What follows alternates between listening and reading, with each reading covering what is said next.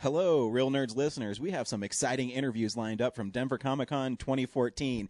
Sit back, crack open a comic book, and enjoy our sweet, sweet voices. Enjoy. Welcome to Real Nerds Podcast at Denver Comic-Con 2014. I'm Ryan. James. Fuck Brad. We're with the awesome George's Jeanty for the third year in a row at 9 o'clock in the morning on a Sunday. Welcome back, George's. Thanks, buddy. Thank you. I forsook my father for you guys, so I just want you to know how really? great you are. Oh, No, not really. I was going to say. I do it every year. Yeah, every year, like Sunday comes around, I'm like, oh yeah, it's Father's Day. Damn, I'm the worst. I know. It was funny. Me and Brad were talking as we were driving here. We were saying, yeah, you know, we're the guys. It's like, oh, sorry, Dad. We're going to a Comic-Con. Thanks. I'm the kind of guy who goes, who's my dad again? I can't remember. Yeah, okay. Now I think. But welcome back, sir. We appreciate you coming on the show again. No, this is a good show. You've been busy since the last time we talked to you. I have stayed busy. That's always a good thing. That is. Of course, you're so well known for your Buffy, yes. But you stopped that, and I'll talk about your big project in a second, but I didn't know you until I actually picked up the cover. You also did the one-shot of Joker's daughter. I did a one-shot of Joker's daughter, yeah. And they actually had another special, and I did the cover of that. So. Oh, very cool. So how did that come about? As much as that character has taken off, really when it started, it was one of those... I had some time, I think, in between Buffy, or I can't remember now if it was at the end of Buffy, but I have a friend, an editor friend, who used to be the editor actually over at DC, was the Batman editor, Mike Martz, and I just sort of called him up and said, hey, I've got a couple of months. Do you have anything? And he's like, oh, my God, yeah, we have these villain books we're going to be putting out. If you want, I can get you one, because we're really looking for people to do it. And I'm like, yeah, sure. And quite by chance, I got sent. Maybe they were thinking, well, he does Buffy, let's give him a woman villain to do. But quite by chance, I just ended up with Joker's daughter, and I think that was the book that DC thought was going to be probably in the low percentile, and it just took off, and I don't think they were even prepared for how much it took off. Yeah, you know, because it's interesting because now she's part of, I think, the Suicide Squad. Is she? I don't really know her future history. Yeah, because I think I saw her on the cover of it. Oh, okay. And I just want to bring up, because it's such an interesting book for you, because I know you did superheroes a little bit earlier in your career. Yes. And you kind of went back to... It's an unusual book because it's kind of dark, but it has a weird, sick, like, sense of humor to it. Yes, very much. So what were the challenges of doing that? Is it because you're taking Joker's daughter, and Joker's so iconic, and you have to make it your own? And well, there's still some speculation as to what that title actually means. Yeah. So I was doing it going, yeah, well, so like everybody, this is the progeny of the Joker, and there were a few flashbacks in there, and they wouldn't tell me yes or no, but just to be on the safe side, it's funny, when I did the flashbacks and she's fighting with her parents, I kind of made it a little similar to the Joker in The Killing Joke, Brian Boland's take, and saying, well, if this ever does come about that supposedly he had a kid at some point and this is her, you can at least review this and go, oh, okay, well, that's kind of what he looked like. So it wasn't anything challenging per se, because funny enough, she's still not in a costume. Mm-hmm. She's in a trench coat and skirt and things like that, so it's not really a leotard type of a thing. So there wasn't so much a challenge. I think with that, though, given the situation, because it all takes place underground, I really thought more of in terms of blacks, like how to really make things darker or shadows and things like that. And apparently there is no natural light, but there is the phosphorescent, the luminescent, I can't remember what those plants are that are just, they light bioluminescent? Up. Bioluminescence, yeah. And we're supposed to sort of take away from that poison ivy might have had something to do with this little community that she's been living in. So that's very cool. And do you enjoy drawing books like that? Because, and you know, one of the things that I thought maybe why they chose you is you draw women so beautifully, but you don't make them like the super hypersexualized. Yeah, the hypersexualized. Thank you. Yes, because I think that was so important for that character. Yeah. Because I like Harley Quinn a lot, but one of my problems with her recently is they're like, oh, we're gonna make her super sexy, and I thought she was super sexy. She is, but like now she has. It's the same problem you have with that I always have with reading Power Girl, right? Where like I really liked. Reading Power Girl before the New 52, right. but I really hated all the covers, and I would hide the covers between my other books because I was like, I don't want to be that guy. Like, But isn't that character by default sort of gratuitous? Yes, but it's how the artist portrays it and how they sort of like accentuate those gratuitous, like Power Girl was a book that was really about like how she balanced. Being a superhero and like running this company and sort of that thing, and that was what was interesting to me. Not necessarily the fact that she had a cleavage window, and all the covers are about the cleavage window. Right, right. And you don't tend to do that, and it's really cool. Like it's one of those things that I think is unfortunately kind of rare. Well, I guess I've never drawn a character with a double D size. I've had to stay more in the A and B range. Yeah, which is funny because Joker's daughter. They had model sheets, obviously, for all the villains. And I went along the model sheets. And funny enough, the cover that I didn't do is nothing like the model sheet. And all these other appearances that I've seen her in is nothing like the model sheet.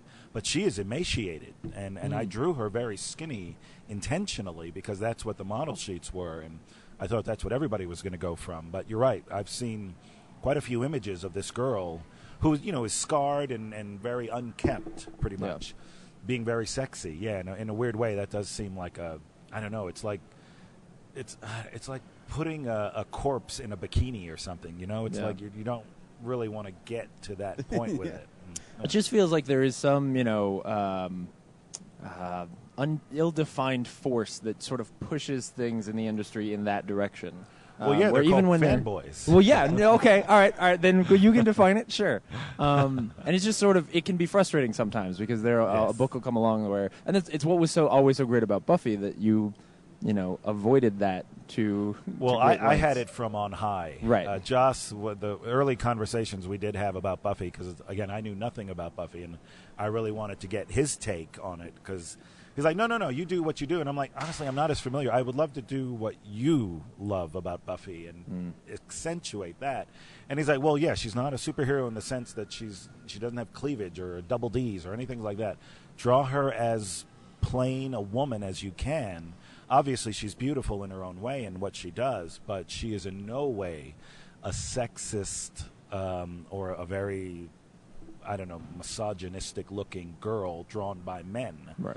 So keep that in mind, is what he said. And I personally feel that way. I've never thought the sexiness came from the cleavage or whatever. When I was growing up, I always thought Kitty Pryde was really cute, and she was a little, at that time, 15-year-old, with no breasts. Or Rogue at the time was an 18-year-old, and she was very svelte, So all the characters I really liked, they weren't, by definition, this buxom or the idea of what I guess a fanboy thinks a girl is. But I think that's part of your talent, though, because last year I had you draw me a Gwen Stacy, and it's just something about how you draw, how they look at you. It's like, this is, it's just beautiful. And even the little Buffy sketch you did for me this year, I'm like, oh my God. I just sit next to my bed, and my wife's like, why do you put it there? I'm like, I just like waking up to Buffy in the morning. She's like, oh, really? Oh. Well, why don't you wake up to Buffy on the couch then, huh? And I say, I will. You fanboy. Oh, I don't want to mess up my picture, that's why. Yeah. But you also moved along to another huge Joss Whedon project. Yes. Yeah, last year you revealed to us that you weren't going to stay on for 10. I did. Okay, I did, because I totally forget what I say. Yeah. And we were disappointed, but all you could say was like, but I'm not going to go too far away. And I feel really dumb now. Like, looking back, it didn't click. Yeah. It never did. It really didn't. Were you into Firefly beforehand? I was. This one I was. This show I saw on television. It's funny, I was dating a girl at the time, and when this was coming out, there were two shows we had to watch, and the one I wanted to, but the one she was more on that. I really wanted to watch Firefly because let's be real, it's Han Solo, that character, and when it came out, that's pretty much what I saw. And at the time, American Idol was just taking off. Ruben Studdard and Clay Aikens were in the fight the year that Firefly was on. So it's funny. Every time I watch Firefly, I actually think of American Idol, because those were the two shows we definitely had to watch at the time. And yeah, I loved it. I thought it was great. I never thought it had a chance that they gave it. If this was a show that, kind of like Battlestar Galactica, you know, you got to give it its chance, and you got to say, if it's low in the ratings so far, then let the second, third season show you that this can really, really show you that this is a good show. And it's not a situational comedy or a situational show. It's really a growth show. Mm-hmm. And as I was doing Serenity, I realized we know nothing about that world. We know about the Alliance. We know about the Browncoats. But that's pretty much it, because when I was doing the book, and maybe I'm getting ahead of myself here, but I was asking these questions, well, okay, how many planets have been colonized? Have they discovered new species? Are there aliens? I know this is sort of a Western in space, but what does the canvas look like? Because this opens up the potential to so much that we don't know. The technology, the Alliance technology, where was all that? Is that just evolution? Or did we find another race or another, I don't know, a source of power or something like that? So all these questions, obviously, in 14 episodes, you're never really going to get a whole answer. Even in the movie, like The Operative, what is that? Where? And if you read the comic, you realize the operative and where he is from or what he does, that's sort of like the I hate this analogy, but in Star Trek they had the Jem'Hadar, mm-hmm. and then who are above the Jem'Hadar? God, I'm like dating myself with my geekness. I know the one character's Wayun, but I forget what they're called. They were the set of people. There were the Jem'Hadar that controlled something, and then somebody controlled the Jem'Hadar. The which? The Dominion? The Dominion, yeah. So this is like the Alliance. You realize they are above the Alliance, or excuse me, not the Alliance. The operatives. They are above, right. So it's like, well, where's the hierarchy there? What's that story about? And we never really get it, unfortunately. Sorry, I'm tired. No, the water's a little warm. Sorry. Why? What'd you do to it? You don't want to know. No. What I'm going to flatter you here, George, is you've been in the industry a long time, and I see growth in your art continuously. I hope. And Serenity seems like a really, really hard book to illustrate, and it's beautiful. I mean, the ships, the space. How do you fill in the space and make it interesting to the eye when it's like blackness and a ship? Because it's a great-looking book, and I was wondering if it really challenged you. And yeah, the Serenity book was so different from Buffy, and rightly so, and that's exactly what I wanted when I got off of Buffy, because I did Buffy for 6 years. But, man, it was hard. It was so serious. There were times I was telling the editor, Scott Alley, I don't know if I can do this. I was saying, maybe you should get somebody else, because I honestly don't know if I can do this. And it wasn't anything in particular like, why? Can't you draw ships, or can't you draw scenery or things like that? It was just so much of a demand. I don't know. It was weird. I couldn't tell you exactly why, but it was a weird, maybe I'm going a little far with this, but it was a weird dark night of the soul type of a thing going on that book, because it took so much out of me in a weird way. When I first got it, I was like, oh, man, it's only 6 issues?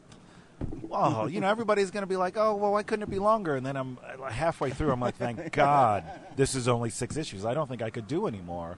And it's nothing against the writing or the subject matter. I loved it all. Zach Wheaton was amazing to be with as a collaborator, but it just felt really, really hard. And, yeah, I do think I did my best work, and maybe that's a subtle key of evolution. When it does feel like it's a little harder, you actually go to that next level. Because not to say that any of the Buffy stuff I was slacking on, but I had that cold. It's almost like doing a free throw shot from the same point every time, and you make the basket, and then you challenge yourself by going to another area and trying to make that basket. I think that's what Serenity was for me. It was very challenging just because I was at a different place. And funny enough, I had my dream team. This book, I had the inker and colorist I have been dying to get on a book. I've had them maybe in one way or another at some point, but never all three of us together. And this was the dream team, in my opinion. and still it was so hard, But I'm so proud of the work that's come out. So it's really unexplainable because I can't tell you why it was so hard. Was the pressure any different coming on to Firefly, like from the fan base and just knowing that, with Buffy, at least we got 7 seasons and that story was told and you were just going to add to it, whereas this was one where like people still lament the show. Oh, yeah.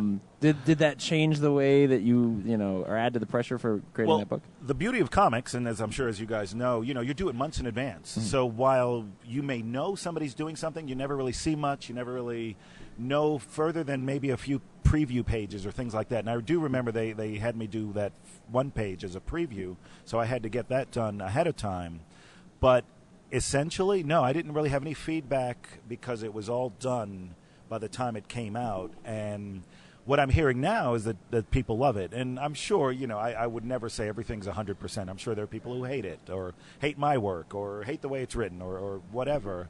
But I've really received a lot of good reviews, and I think justly so. Not so much for my work, but Zach Whedon really found the voice. I mean, this guy, for not having written any of the TV episodes, he's done a few of the comic books, but obviously, just being the brother of somebody doesn't bequeath you with this talent. Yeah. And Zach just, not that I'll say he came out of nowhere because he has been writing for a while, but he definitely took the Serenity world and just made it his own because the tone is so there. And when I read the script, and of course that's all I have paper and words on a paper, and that's where I get my inspiration from.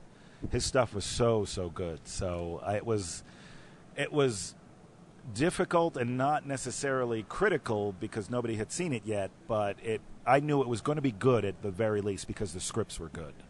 And I think you're right, too, because one of my fears going into the comic was with the voice, would it have the same tone? Right. And as soon as you open it and your art pops off the page and immediately you're transported into that world, and it seems like I read the issues really fast because the pacing Really? is so good and the writing is so good and everything just pops off. And I'd read it, I'm like, oh, man, I now have to wait one more month. Damn it. Yeah, I'm amazed. As a fan, I totally appreciate that, and I agree with you. But I'm amazed when I do get people coming up saying, because you say, oh, have you picked up the new series? And they're like, no, I'm going to wait for the trade. And I'm like, wow, you can actually do that? You can wait the 6 months and then the 2 or 3 months you're going to wait for the collection. And I'm like, I couldn't do that. Yeah, if it's something that I'm so passionate about, I got to pick it up every month. Me too. And when at my comic store, I demand your covers. Oh, I do. I'm like, I mean, the other covers are beautiful. Don't get me wrong. Yeah, De Los Santos is such a great artist. I'm like, give me the Jeanty covers. I don't want these ones. I was. This is really too far, but like I was double buying the books for a while for Buffy because I was like, it was the only way I could get them to give me both covers was to get both of them. Yeah. No. I did it gladly. No. Yeah. No, and with 6 issues though, I'm really proud of 2 because I'm old school. I'm one of those. The covers should represent. They should be the movie poster of the interior, and I was really trying to make the covers come across that way, and I think I only succeeded in 2 of the covers. And the rest, because it was a learning curve. At least with Buffy, I had 6 years to really go, look, I can draw Buffy in my sleep now. With these characters, I never felt I really got them entirely, like until issue 5. And I'm like, oh, this is how you do it. Oh, cool. There's only one more issue. So, boy, that last issue is going to look good. But all through, I never felt like I got Inara down. Kaylee always was. I think River I thought was pretty good. And Mal and Jane and who else is on there? Wow, I'm blanking out. Who else? Oh, Simon, which sadly is the forgettable character of Serenity. I think I really got them early on, but the girls were so hard. And Inara, I think it's funny because of her profession. She's this beautiful woman who, just wiles men and whatever. And I was intimidated by that. I'm like, I have to draw this beautiful woman. And I'm intimidated because if I put too many lines, she's going to look ugly or it's not going to do her justice. So I was very intimidated by Inara. Huh. That's interesting.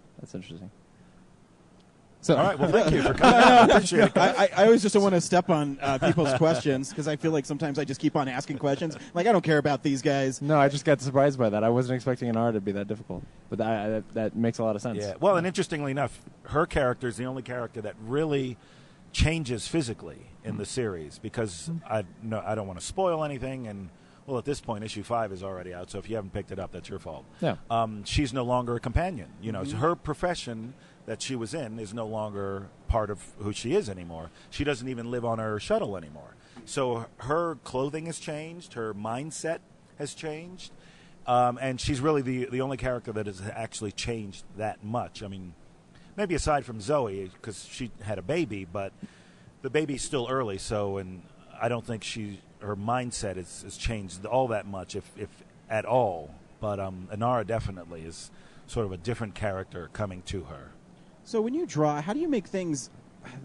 So you have all the characters on there, and then the backgrounds have lots going on. Yeah. But how do you make it so... Damn ship! Yeah. But how do you make it so it's not distracting as an artist? Because, I mean, your characters always pop off, and then after I read the issue, I always go back and look at the details in the background, and I think that'd be the most boring part about being an artist. But how do you make it so it's interesting enough that it doesn't distract from the characters that you're trying... that are actually in the scenes? It's funny you say that's the most boring part of it, because a lot of novice artists that I see coming up or wanting to do comics coming in, the biggest criticism I would have about them is that they don't really do backgrounds. And I can tell it's because either it's too much or they're bored. That their interest is in the characters and what they're doing, and they're not so interested in the setting, the stage, as to where those characters are, which of course is paramount. You got to have, like here we are, people know where we are because you can look at the background and see it. You have to establish that and make that part. And of course, as everybody will argue, the ship is actually like the 7th or 8th character, depending on who's alive or dead at the point at time. And that is important. I knew I couldn't skimp, mainly because of that, because of the ship being another character, and the fact that people reading this book will know where everybody is when you draw whatever it is you're drawing. So if I draw a wooden table stretched across with a little lamp in the middle, that's all I need to draw, but you'll know exactly where they are. Or if I draw a cockpit or ship or an engine or something like that, you'll know where they are. So I had to be really accurate with the settings as to how they applied to what they were doing. In terms of making that boring or interesting, what I did with Serenity more than anything, I used the background more often than not as a sense of composition. So when we are in let's say the cockpit, because they were there a lot, like if they're in the cockpit and you know what the cockpit looks like, there are the 2 chairs, there's the 4 windows, you could argue, maybe the next 2 down on the bottom, but they never really come into play. I would choose my light source, and a lot of the times it would be through the window. There would be light coming through. So I would sort of give it a shadow to the background, and wherever that shadow was light, I would draw the background. Wherever it was dark, of course, it would be a shadow that was either dark or maybe a little lights here and there. So I tried to make it interesting by giving myself a sense of composition as to where the light was coming through, because depending on where you are on that ship, there are very specific light sources. And as a rule, the ship is very dark, because when you go watch the TV and the movie, and I think Joss played with light a lot better in the film, you notice there's all this natural light coming in, or wherever an outside source of light could come in, that's what you saw. But the ship was essentially dark. It was almost like you're on a submarine or something. It's very claustrophobic and very dark, and that's how I tried to keep it. And so how do you draw those? How do you remember all that stuff? Do you have like schematics of the ship, or do you just have a great memory and you can remember from different shots where the stuff is at? And again, this is where you have artists in this business. You can pay somebody for their talent. You can't pay somebody for their interest. If you're not interested in something, but you're a great artist and say, hey, I want to hire you to do this, it's a Zeppelin, and I want to do this story about this little kid who steals it and he flies all around the world. Somebody who's like, all right, I'll give you, because I'm an accomplished artist, I'll give you what you want. But somebody who's not really interested in the subject matter may not see the little nuances of a Zeppelin or a Goodyear blimp, if you want. And they'll just give you a generic version, more or less, unless you have a reference. And then, funny enough, they'll just keep referring to that reference, and you'll notice, whoa, you've only looked at this one picture the whole time because that's all I'm seeing. You can't really pay him for his enthusiasm. I am enthusiastic about the subject matter, so and I didn't get paid anymore for it, but I went out and got that website, MQ or something, that sells a lot of Serenity toys. They sell like the ship, and they actually have a schematic of the Serenity ship. Yeah. I went out and bought that just to say, well, I should probably use this. It's going to be necessary. And I went through Googled websites and whatnot and just downloaded a lot of reference and pictures and things and tried to map it out as to where we're going and how things are. Wow. So that was my enthusiasm coming into the book that had nothing to do with what I was getting paid for necessarily. And the same with Buffy. I was using my enthusiasm for Buffy to research all these little things that nobody ever said, hey, I need you to research that. You know, it was all very generic. Did you ever get the little frozen Han Solo into the kitchen? Do you know about that? In Serenity? Yeah. Where is it? On the set, there's a little like it's not kryptonite. What do they call it? Carbonite Han Solo sitting on one of the kitchen counters. There in is. The set. Yep. No, where in the kitchen though? I think. Shoot, I can't remember. I can find you the photo and I can email it to you. Because I went over that damn kitchen back and forth. It's funny. The hardest part of the kitchen was that you never saw. If you're always looking at it, you never saw the other side of the wall. You might have seen it one or two times, but you really never saw it. In the film, you saw it a little more, but of course the film sort of changed a lot of what the ship looked like. And I was always like, oh, man, this is the hardest part because, again, you don't want to get boring and say I'm going to shoot it at the same shot every time. So I really tried to put my camera around that mess hall, and I'm going, wow, you never see this other side. God. It's funny because, you say you have to care, and I always bring this one up, and that's why I pay attention to backgrounds after the fact, is because in the mid-'90s, Rob Liefeld drew Captain America, and there's this one picture where Captain America is as tall as a lamppost, and it drove me crazy. And to me, he's one of those artists that just like, I don't really care. All my noses look the same, all my feet are too small, and I don't know how he got so big. So I'm always fascinated, and I always ask artists, the backgrounds, because, furniture has to be the right size. And when you change perspectives, it has to stay the same size. And I think that's something you do very well on this book because you do so many cinematic shots, and then you go in for the close-ups, and you still see the little details. Well, that's how I do comics, kind of like Brian Hitch and a bunch of other guys. They really make comics like they're doing films, like they're directing films. And again, you can't really... with the Rob Liefeld, I totally agree with you, and we could argue about that all day, I'm sure. And he's one of those guys, though, he's successful. So he could argue, fine, you can say what you want. I'm laughing all the way to the bank. But with him, I think he's one of those right-to-the-page guys. He's those guys who's like, okay, Captain America, page 1. He just starts drawing on that page. I'm one of those guys, I'll do layouts. I will set it up. I will do my perspective. I pretty much do pre-production to set up that shot of Captain America near the lamppost. So I know just how big that lamppost is against him or what else is in that area. So I'm never surprised by where my characters are. And by doing sort of a setup, you can move your camera wherever you want, and you know exactly where everything is. And would that be advice you give other artists, too? Because, wholeheartedly, I mean, in your books, too, you always have the right height of characters. You know what I mean? Yeah. Like, they never change, and it's all consistent. And I think that's what a lot of these people, I'm not going to diss anybody here, but, like, I think they might be really good at doing, like, pin-up stuff. Right. But when you're doing composition and laying it out, you have to be able to keep everybody consistent. You do, and it's a conscious effort, and it is very easy to get lazy and just go, generic, generic, generic. And even more than that is how different characters sit and stand and just are. You guys here, you guys are a cast of characters. And if I were to draw you guys, it would be very different because you guys are all kind of, in your own way doing what you do, and that's what most of the characters, somebody like River is going to stand, just standing, like here, if you told somebody to stand up, you told River to stand up and you tell Jane to stand up. They're going to stand up in two very different ways because of their background. You know, you could say River's crazy, so she's maybe a little off kilter. Jane is very cocksure of himself. He's the bull in the china shop. He's going to stand up in a very different way. And again, they don't pay me more to do that, but that is my enthusiasm, going in there and making that conscious effort. How would this be? You know, there were a couple times, because of course Mal is the star of the book, where I'm going, well, it would be boring just to have him standing there at his arms at his side. Mal doesn't really do that. Or if he does, he'll do it once, but, you know, he'll fold his arms, or he'll have his hands resting on his gun belt, or little things like that, where in watching the episodes or the movie or whatever, you sort of get a feel for how that character is, and you want to embody that character as an artist and say, this is how he would come across, hypothetically.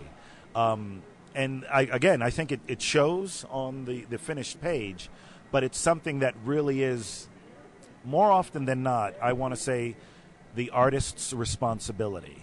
Because a lot of artists say, well, I got the script and I did everything they wanted me to do on that script. Yes and no. You know, a lot of the scripts are not going to go, Mal stands up, he puts his hand on his gun belt very gingerly, just like the Mal we would do in episode 24 or whatever. That would be the longest script in the world if a writer had to pinpoint every little nuance of whatever's going on. And quite frankly, I don't think a writer would like to do that, because they're there to write a story. They're not there to write a textbook of whatever's going on. As an artist, you should embrace that freedom and say, oh, cool, now if they're all sitting in the lunchroom, how are they sitting? Where are they sitting? What are they sitting? You know, maybe I had Jane whittling with his knife, and that wasn't in the script at some point. Or, you know, River playing with her hair a little bit, because, you know, there's not everything is all there in her head, you know. So you really start to get into these characters, and I think if you're responsible enough, that comes through. And do you think that's why you're so successful at licensed properties? Because, I mean, you're absolutely right. Your faith stands different than Buffy. Exactly. Totally true. And I think that's why your art is so good in these situations, is because you do play with that stuff. And it's so funny you say that, because I notice that in the characters you draw.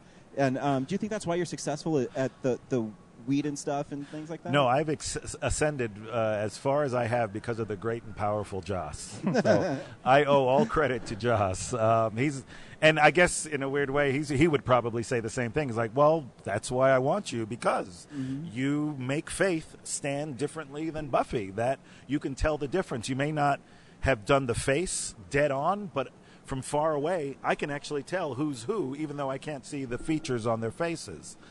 And you still keep it your style, though. That's what I love about it. It's Buffy and Faith, but it's still your style. And I think that's why you're super successful, too, at drawing it, and that's why your pages pop so much to me. Yeah, every time somebody uses that word style, I'm always sort of taken aback, because I don't know what my style is, but I totally agree with you. I love art. I also love other artists, you know, and I'm that good that I can look at other artists that I admire and tell you where they came from. You know, like Bernie Wrightson was influenced by Frank Frazetta, or Brian Hitch was influenced by Alan Davis. You know, you can see that genesis in their work, certainly in their early work. And I don't see it in mine. And I will tell you outright, I mean, John Byrne, I was such a John Byrne fanatic growing up. His stuff heavily influenced. Frank Miller heavily influenced. Walt Simonson heavily. George Perez heavily influenced me.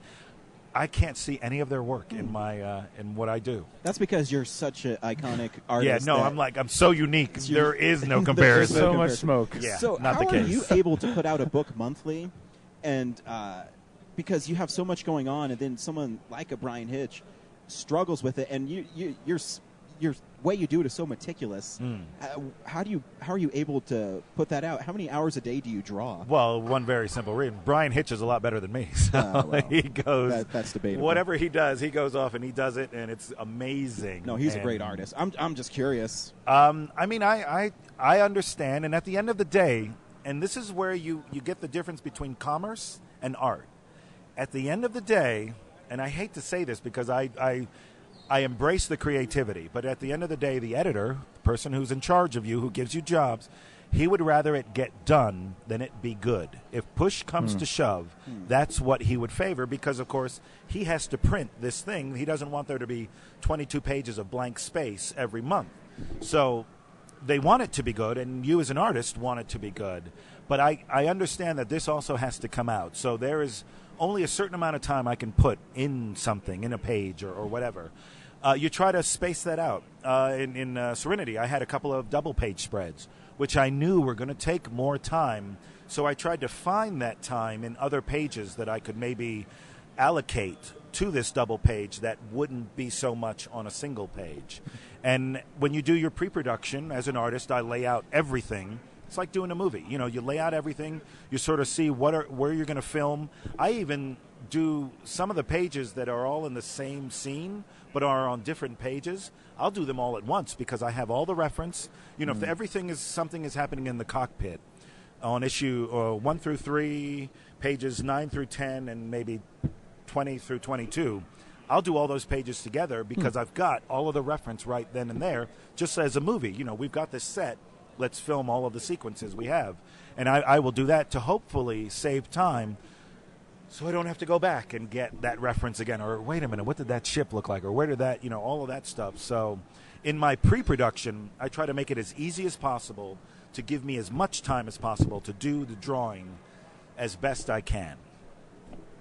So a very boring answer to a question. Totally it makes a lot of sense. Yeah. Because it's so cool. And I mean, like I said, the book is so detailed that it blows my mind that it comes out on time all the time. And well, I mean, that's debatable too. This was a 6-issue series, and I did it months in advance. Had it gone on maybe 12, 13 issues, there might have been a fill-in here and there, I have to tell you. So you've been doing Whedon for 7 years. No, we're not that close, but yes. Well, I'm sorry. Are you? Can you tell us Jess. at least a little bit about where you're going next, or are you going to try to get? No. I finished Serenity, and I'm doing the Future's End for DC. It's their 52-week book, their big event book that they have coming out every week.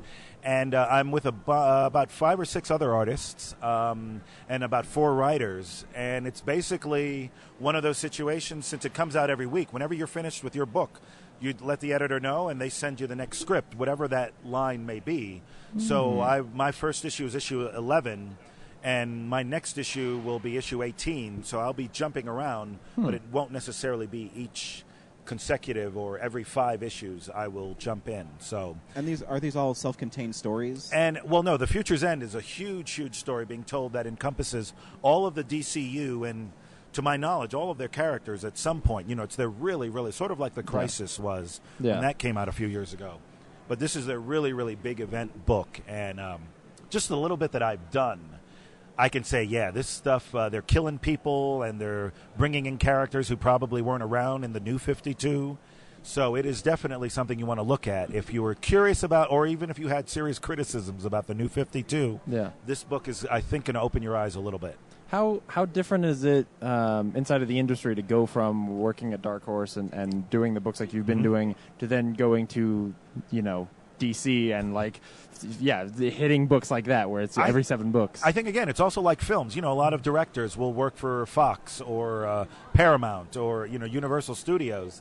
And it's just one of those things. It's more the subject matter. Once you get to the subject matter, to me it's a little more challenging to do Wonder Woman or Grifter or another character because, I've been doing Buffy for so long. So it's not necessarily the company, but the characters that you're called upon to do. So that, to me, has been very challenging. I had to draw the Justice League not too long ago, and for a moment there you're going, oh, man, I'm drawing the Justice League. Wow. I don't know if I can do this. It's like, dude, just put the heads on the paper and go. Come on, what are you doing? But I treated it very meticulously, and it's funny, probably the very gaping hole in my doing superhero books now is that there really isn't any reference. I had Sarah Michelle Gellar for 6 years, and Sarah, I loved you for 6 years. But it was a great reference. I could go to her whenever I needed to draw Buffy or any of the other characters. For this, I'm like out there in the cosmos. I'm like, okay, who do I base Wonder Woman on? There isn't really that defined character yet, or I love that Gary Frank is doing Superman like Christopher Reeves. I don't know if I could get away with that necessarily. So it's been challenging on that level. That a lot of the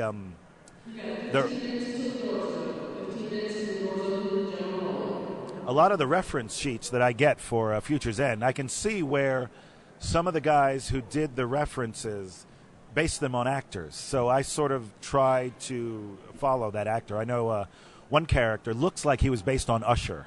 So I'm doing that character when I see him, at least. Funny enough, because I've seen him in the book subsequently, and that doesn't look like Usher at all. They're going to be like, why is Georges drawing the guy like Usher in his book? So that's what I try to do, and that's been probably the hardest part, is not having that base of reference. Interesting. Do you, over the last 8 or so years, as like the Marvel movies and all the movies have gotten bigger and the industry has gotten a whole lot more attention, have you seen the way that DC approaches their books and just a general change in that sort of corporate structure? Change in what way, though? I'm interested to know whether or not, like, there's a lot more attention, and I think that the industry is growing, and I don't know whether or not the big guys are really capitalizing on it in a great way. Like, I see the big guys meaning DC and Marvel, okay, right? Like, I see when my friends come on or start getting into comics, like, it's easy for me to get them into the Dark Horse stuff, to get them into Buffy if they liked Buffy, to get them into Walking Dead if they like zombies, like that kind of stuff. And I don't know whether or not Marvel or DC are, like, clearly pushing things in a way that makes the industry feel a little bit different from a creator side in order to try and capitalize on all of that attention. Or does it feel the same way? I will admit there is an approach to making comics more cinematic because, of course, the movies have really taken off. I think that's twofold, though. Because of that, I think we're stretching things out so much in comics, whereas easily, and you guys have been reading, I'm assuming, for years. Back in the day with the X-Men or the Fantastic Four, a lot of those issues were self-contained. All of this stuff was just done in one issue, and there was a ton of stuff in that particular issue. Nowadays, that one issue is probably 4 issues, and it's more cinematic in the sense there aren't a whole lot of captions, and it's more, I guess, relied on storytelling, which is great as an artist, but I personally feel, and this is no slight against writers, it has made writing a little more lazy because you're not called upon to really put this content. Go back and read those early Chris Claremont X-Men's or any of those Teen Titans, Marv Wolfman Teen Titans. There's so much there that nowadays it just seems like it's so spread out. And funny enough, no more than they've been reprinting the Miracle Man series through Marvel, Alan Moore's old thing. The original writer. The original writer. And it's funny, those were done in 8-page increments, and I never actually did read them when they were out, and I'm reading them now, and it's funny, I'm reading them now having colonized my way of reading to contemporary comics, and reading these comics, which are, they were early 80s, so maybe almost 20 years old or however. They're so good. They're good because they rely so much on storytelling. Not that Moore reinvented the wheel when he started doing Miracle Man, but it's the way he was telling stories. He didn't just do a linear story and say, here, this is Miracle Man goes from here to here at the end of this issue. He's giving you this big, broad story over however many issues that he did. But he's like, this time I'm going to take it from the point of view of the Fly. This time I'm going to take it from the point of view of it already happened and they're talking about it in the past. Or this time I'm going to give it to you from a character who won't show up for a couple of pages, and he's going to tell you what his interpretation was of that story. All the while he is stringing that thread of a story concurrently through it, but not just doing it linearly. And I cannot tell you how much I love this Miracle Man stuff that's coming out. Do you think that's why a writer like Brian Michael Bendis is so successful? I don't know if you've ever read any of his stuff. Yeah, I'm reading the X-Men stuff with Stewart. But he does books where it's 2 people talking in a room for 22 pages. Yes. So I think that's why he's so successful, is people miss those character moments in books. Yes and no. Yeah. I will say I agree with you with the whole 22 pages of people talking when he was doing Alias. I can't say I agree with you when he's doing the X-Men. I don't read the X-Men. I read his Spider-Man. I haven't read his Spider-Man. But yeah, I do agree that Bendis is more of a dialogue writer. Everything he does is pretty much out there in the dialogue. which, again, I think everything in comics is a balance. You really need to find that balance. And his balance, I think, tips a little more towards the dialogue. And I think it does get a little heavy because a lot of those X-Men, and Stuart Immonen is amazing. In my opinion, he is the best ongoing comic artist being published right now. But a lot of those X-Men things are double pages. And I always thought a double page was an effect. That was something you did when something was important. You know, if you're going to see that somebody actually hit Galactus and he fell, that's a double page spread because that never happens. With X-Men, it's like every other page is a double page of them talking in the cafeteria, and you minimize the effect of how that comes across. And I think that is probably the only criticism I would have of Bendis's work is the dialogue is too heavy, and you're not really focusing on the effect, not the story, but the effect that comics can have on when you're telling a particular story on the reader. Because, you know, as you're reading, you're turning that page. And, of course, if it's a double-page spread and you're on, you know, again, to get clinical, you're reading page 1 and page 2 and page 3, and then on page 4, it's this big bang or whatever, that is going to hit you subjectively because your mind is just putting it together. But that is an effect that only comics can actually do. And I think it's a shame that most writers sort of take that and just gloss over it and just give you that supposed effect the whole time. And, you know, it's like saying, it's like using profanity. I love to use profanity. I think profanity is great. But when you use it all the time, you start to homogenize it. And saying certain words just don't have that effect when you say it 20 times as if when you said it that first time.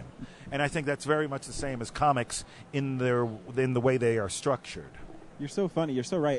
If I did have one criticism of Bendis, I don't think he does action scenes very well. Yeah. Because I read Catalysm, and I'm really excited because Galactus is coming, and he's eating New Jersey, and I'm at the 4th issue. I'm like, oh, they're going to have a huge fight out in issue 5, and then the Galactus is just done. I'm like, right on. There's a belch, and he walks. I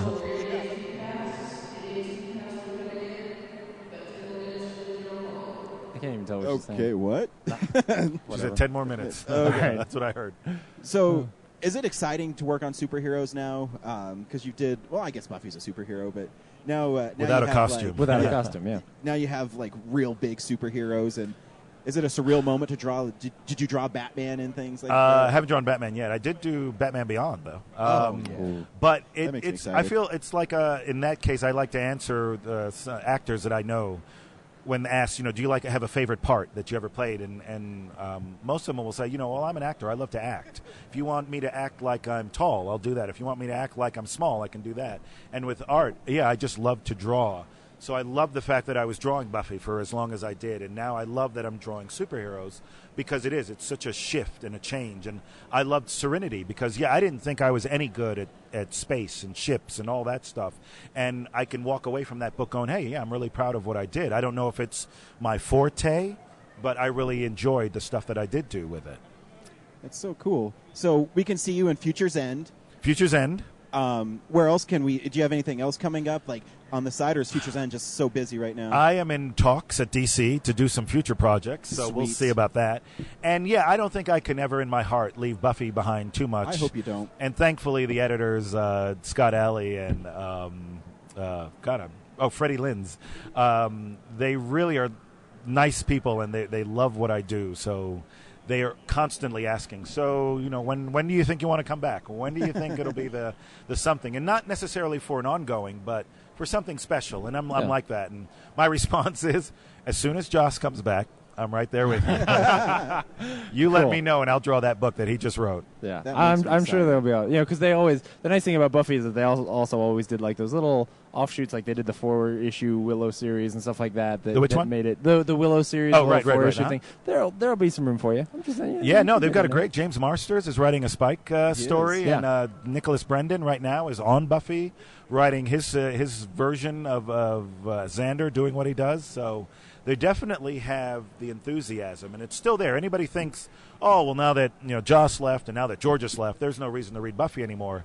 I question that because now that I left, actually, I can actually read the book, and I pick it up every week or every month. Well, what they need to do is have Rebecca Isaacs do Faith, and then you do Buffy for a book, and it'll be like a versus book, plus the artists are versing each other. I'll do you one better. I would love, and I mean, obviously, I would never. This is Rebecca's book now. I would never come to say, well, whenever I want to come on and do my thing, I'm going to do my thing. You have to go out of the way. This is her. I would basically say, Rebecca, would you mind if I came in and did some Buffy? But I would love, and I said this when she came on Angel, I would love to draw an issue and have her ink it. Because I would love to see the two styles mesh, and it would be so cool to have the two creators come in and do. And I would tell her, hey, I'll ink your stuff, but you are a way better inker than I am, so I don't want to ruin your pencils. And I know you can only make mine look that much better. So, Scott Alley, listen to me. Yes, Put Scott, these two. It'll do be it. Buffy versus Faith. Two artists. Worlds collide. Because we almost kind of did that when Frey came in to the book. But Carmeline was very nice. No, it's been so long since I've drawn Buffy. I want to do it all because I don't get to draw Buffy, obviously, and I draw Faith all the time. So he wanted to do the whole book, but there was talk of me doing the parts where Buffy was there, and then him doing the parts where Frey was there. Interesting. That would have been cool, too. Yeah, that would have been really cool. We appreciate you giving us time every year. Not at all. This is a great time. And as always, time flies. It does. Yeah, it does. An hour goes by. You need to go back to your table, finish my Green Goblin sketch. And I need to finish that. Yeah. And funny enough, as you've been talking, I've sort of seen your movie playing in the background. And it had a shot of me, and I'm wearing the same shirt in that shot. Are you really? Are you? Oh, That's my kinda gosh. sad. Oh, wow. I need to really up my wardrobe. You could take a real nerd shirt if you want tell. one. We'll give it to you. Well, not unless you're going to film me now, but it just showed me that last year I was wearing the same thing. I didn't even notice. On Sunday, too. On a We filmed Sunday. it on Sunday. Yep. I need to rethink my thing here. That's too funny. Thank you, Georges. Yeah, We really thank you so appreciate much, it, Georges. as This always. is always good. Thank you so much for listening to another exciting interview from Denver Comic-Con 2014. Remember, you can find us on Facebook, Real Nerds Podcast. Visit our website, realnerdspodcast.com. Follow us on Twitter, real_nerds. Until next year, bye.